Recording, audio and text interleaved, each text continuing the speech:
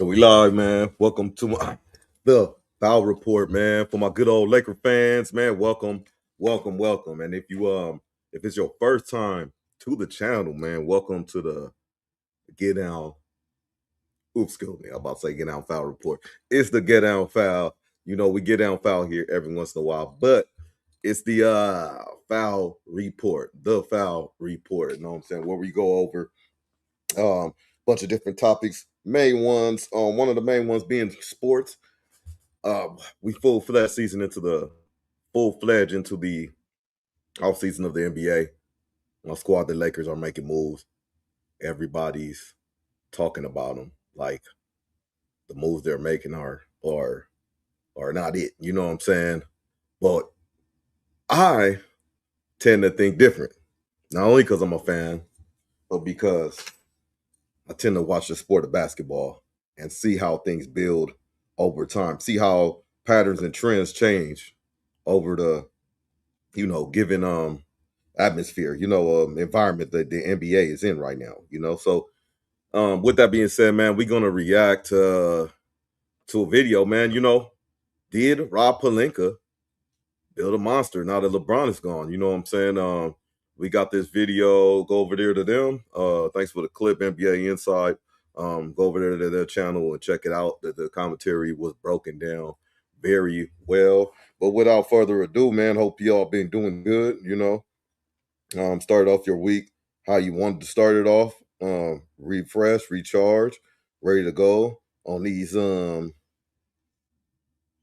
busters. You know what I'm saying? But yeah, man. With all that being said, man, if you haven't yet, please hit the like, comment, and subscribe on the channel. Yeah, man. Yeah, let's go check this out. Without further ado.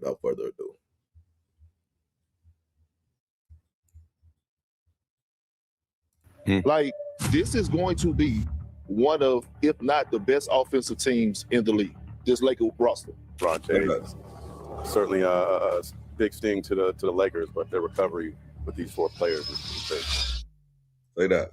Do you remember Game 4 that just concluded Western Conference semifinals? Yeah, when the Lakers rolled out LeBron James, Rui Hachimura, DeAndre Ayton, Marcus Smart, and Austin Reeves, and they got swept off the floor like they weren't literally the freaking Lakers. Well, within 1 month of that happening, 4 of those 5 starters were gone. LeBron told them he's finishing his career somewhere else. Smart left, Kennard left, Hachimura left, and Rob Pelinka looked at $50 million in cap space, a superstar Luka Dončić who knew exactly what he needed, and a 24th pick from Baylor who's currently making everyone drafted ahead of him look absolutely silly in Summer League, and then decided this was the moment. Shout out to him. Shout out to Cameron Carr, man, doing his thing. Only in Summer League. They knew this kid was good, man. Was seasoned.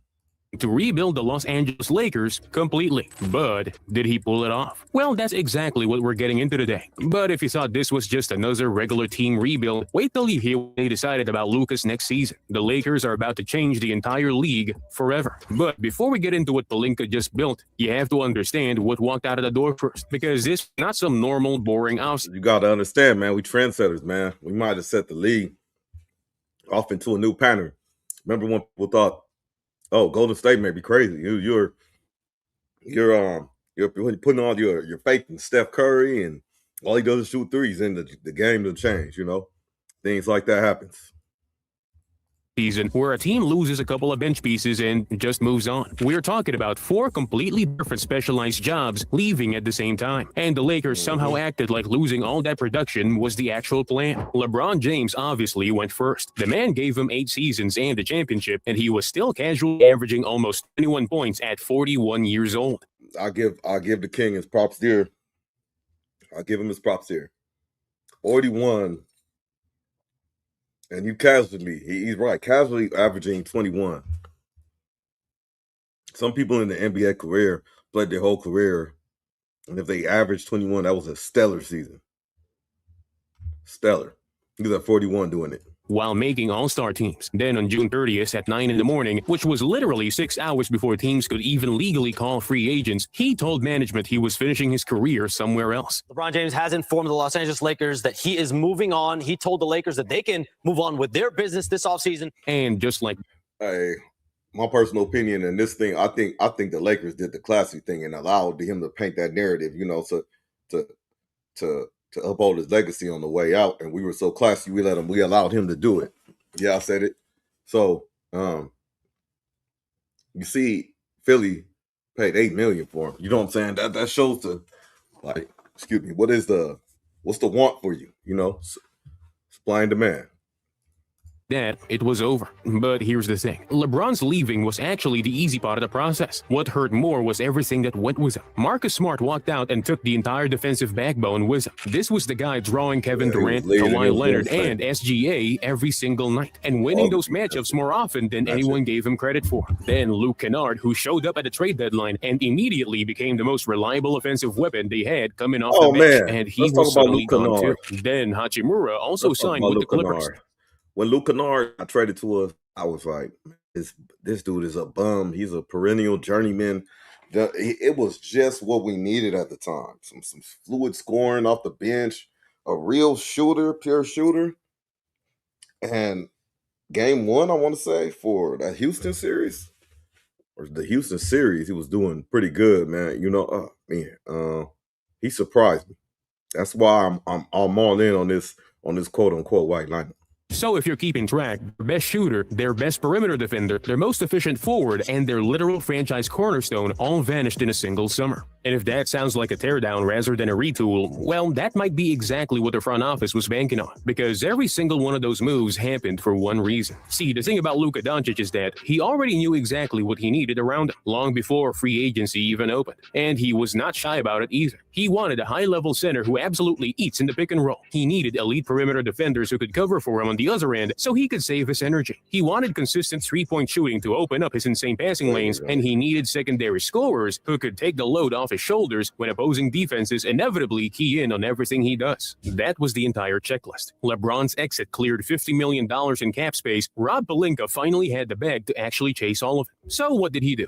He sat on his hands while the rest of the league was going crazy in free agency. Teams were signing guys left and right, contracts flying everywhere, and the Lakers were just waiting. And then about 35 minutes on a Wednesday morning, the whole thing came together. Now here's what most people are missing about every single move Pelinka made that morning. Each one of them does not just serve Luka. They create the exact environment where their new rookie, Cameron Carr, becomes one of the most dangerous young pieces in the entire Western Conference. And it all starts with the one specific move that blew absolutely everything else out of the water. Because for years, the Lakers had this huge problem they genuinely could not fix, no matter what they tried at center. And it honestly was not even subtle because Luka knew it, the front office knew it, and every fan watching knew it. So when free agency opened and two massive targets popped up, Walker Kessler and Jalen Duren, everyone knew this was the biggest decision of the entire offseason. They landed Kessler through a sign-and trade with Utah for two future. Let me ask you this: now that we have Kessler, for the Laker fans out there, would you have rather rock with Kessler or would you rather rock with Durant? You know what I'm saying?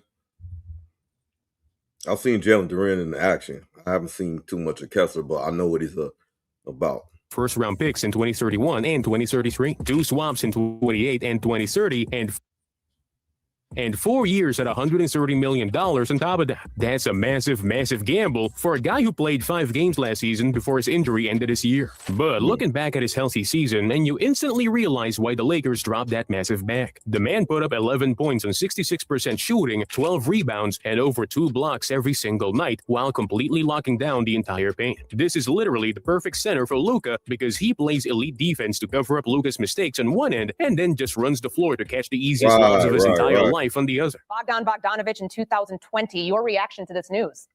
This is a very significant development and a home run for the Lakers because even though it cost them these 2 first-round picks, getting Walker Kessler is exactly the type of player that they needed to put alongside and behind Austin Reeves. And here's where Cameron Carr comes in. Kessler owning the paint and dragging defenders towards the rim creates the exact corner 3 looks that Carr has been completely burying in Summer League like it's nothing. But we'll get to that in full later in the video. So Kessler was the start. Pelinka still had a massive backcourt problem. And the answer to that guard problem came in 2 massive moves that most people are still completely sleeping on right now. The first piece was Quentin Grimes for 4 years and $60 million. And before you start complaining that $60 million sounds like a crazy amount of money for him, here's what you're missing. Grimes and Luka already have real chemistry from their time together in Dallas. And when both of them were on... Get to that, man. Luka has the game. Luka has the game. He's top 3 in the world.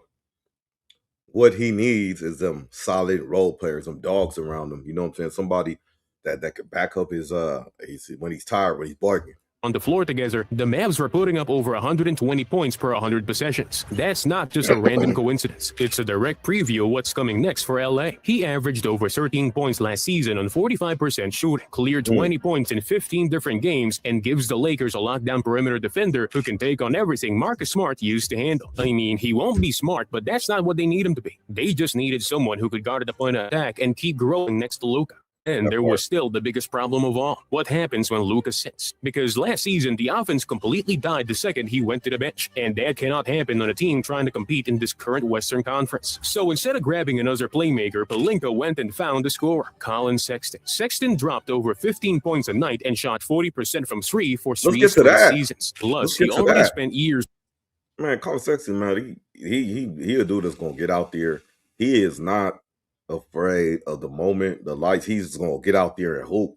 Hoopers and dogs is what we need. We got the corporate side gone. Next to Kessler, so their chemistry is instant and ready. Grimes, clean up, faking, driving, feeding, Grimes 3.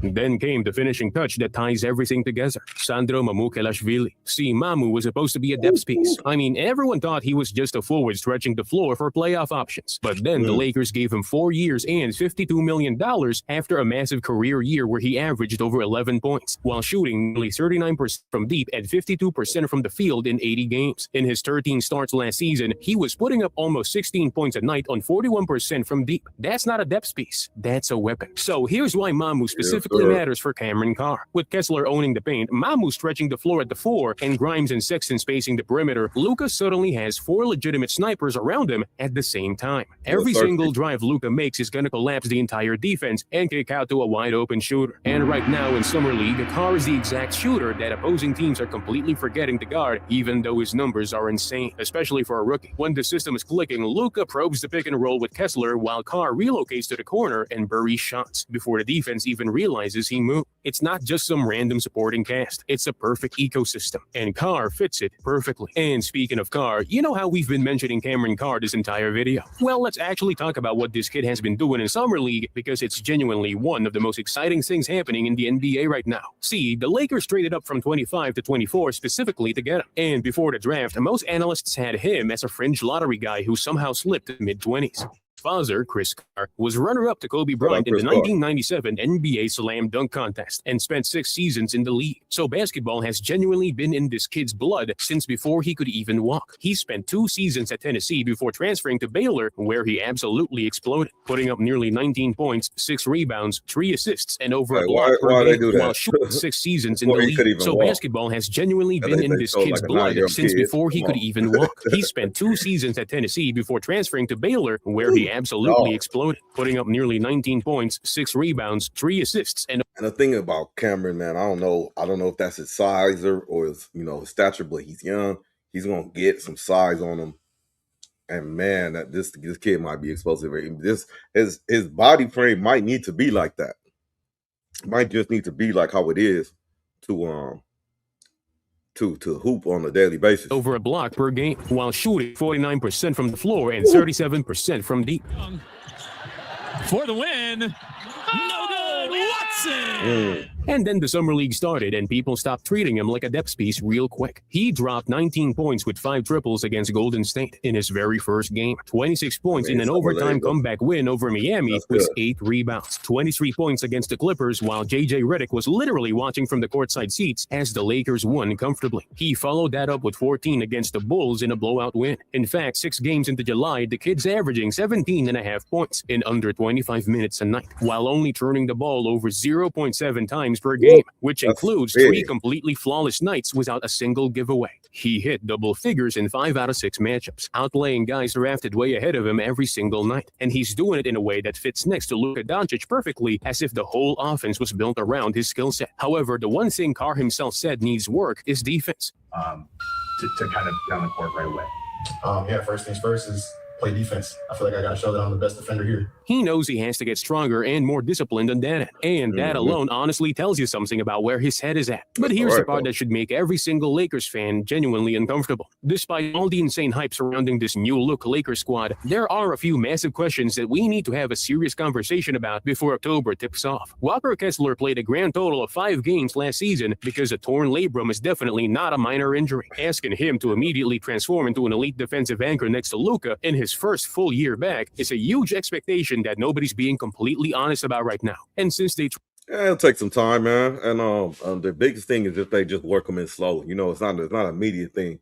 But starting the season, work them in slow. It's a new environment, new place. You know, we need to figure this out. Traded 2 future first-round picks and committed $130 million to get him. If Kessler fails to become that star, the front office will have absolutely zero assets or financial flexibility to save themselves. Then you have to look at the brutal competition in the West. Teams like OKC and San Antonio both got significantly better this offseason while keeping all their future draft capital intact. Unlike those front offices, the Lakers just shoved their entire stack of chips right into the middle of the table. Luka, Austin Reeves, and Kessler alone are going to cost the franchise around $475 million over the next few years. They burned through almost all of that $50 million in cap space and have virtually no tradable first-round picks left, meaning their actual margin for error is basically zero. And we have to remember that Carr is still just 21 years old and has never stepped foot in a regular season game. Summer League is just Summer League at the end of the day, and his defense requires major work. He stands at 6'5", but only weighs 175 pounds, which means physical NBA wings are going to absolutely try to bury him the second the real games start. But here's the flip side. Kessler's only 24 years old and fits the Luka timeline perfectly. This is not some desperate move built around an aging veteran. It's a highly calculated bet on who Kessler becomes over the next 4 years, while playing with one of the greatest playmakers in basketball history. Grimes, Sexton, and Mamu all fill the exact spaces on the roster that Luka explicitly asked management to fix. So, what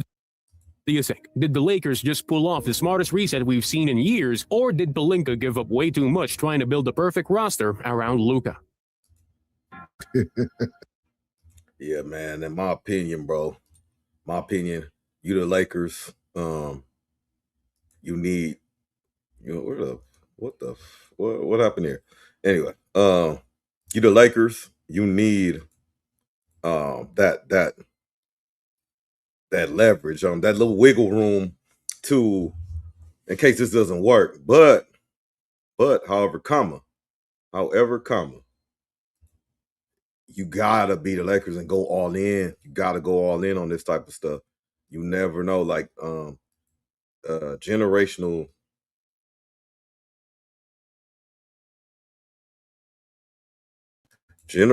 talent, which is Luka Dončić. Luka the Don. Generational talent. Now, what his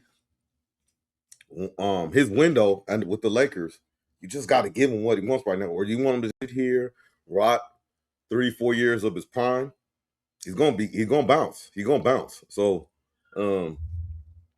I think people are really in for a surprise on how this Laker team is gonna come out. Now, but put in the comments, man, what y'all think? Are we busted? We bums, or people don't know what they're talking about, man. We're gonna see, man. Yeah, man. If y'all here for the first time, man, hit that like on the way out, man, or on the way in. And we're going live here in 15 minutes, man. Gonna have the homies in, hopefully. You know what I'm saying? Stone, JD, Mr. McGlover.